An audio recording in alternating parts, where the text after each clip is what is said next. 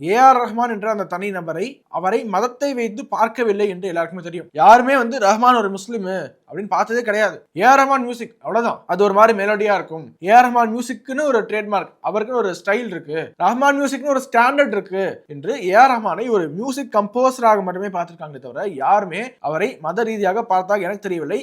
ஆனா அவர் அந்த விக்டிம் கார்டை தூக்கிடுறாரு. எனக்கு வாய்ப்பு கிடைக்கலையா, இதான் காரணம், நான் ஒரு முஸ்லிம் என்பதால எனக்கு வாய்ப்பு மறக்கப்பட்டது. இன்னும் சொல்ல போனா பல ஆண்டுகளுக்கு அவர் தமிழ் சினிமா பக்கமே வராம ஒட்டுமொத்தமாக அவர் இருந்ததே ஹிந்தி சினிமா பக்கம் தான். அப்படி இருக்கும்போது எப்படி சம்பந்தமே இல்லாம இந்த விக்டிம் கார்டை தூக்க முடியும்? இந்த நாட்டுல உங்களை முஸ்லிம் என்பதனால டிஸ்கிரிமினேட் பண்ணிருப்பாங்கன்னா இந்த ஒரு உச்சத்திற்கு இந்திய மக்கள் கொண்டு போய் வச்சிருப்பாங்களா?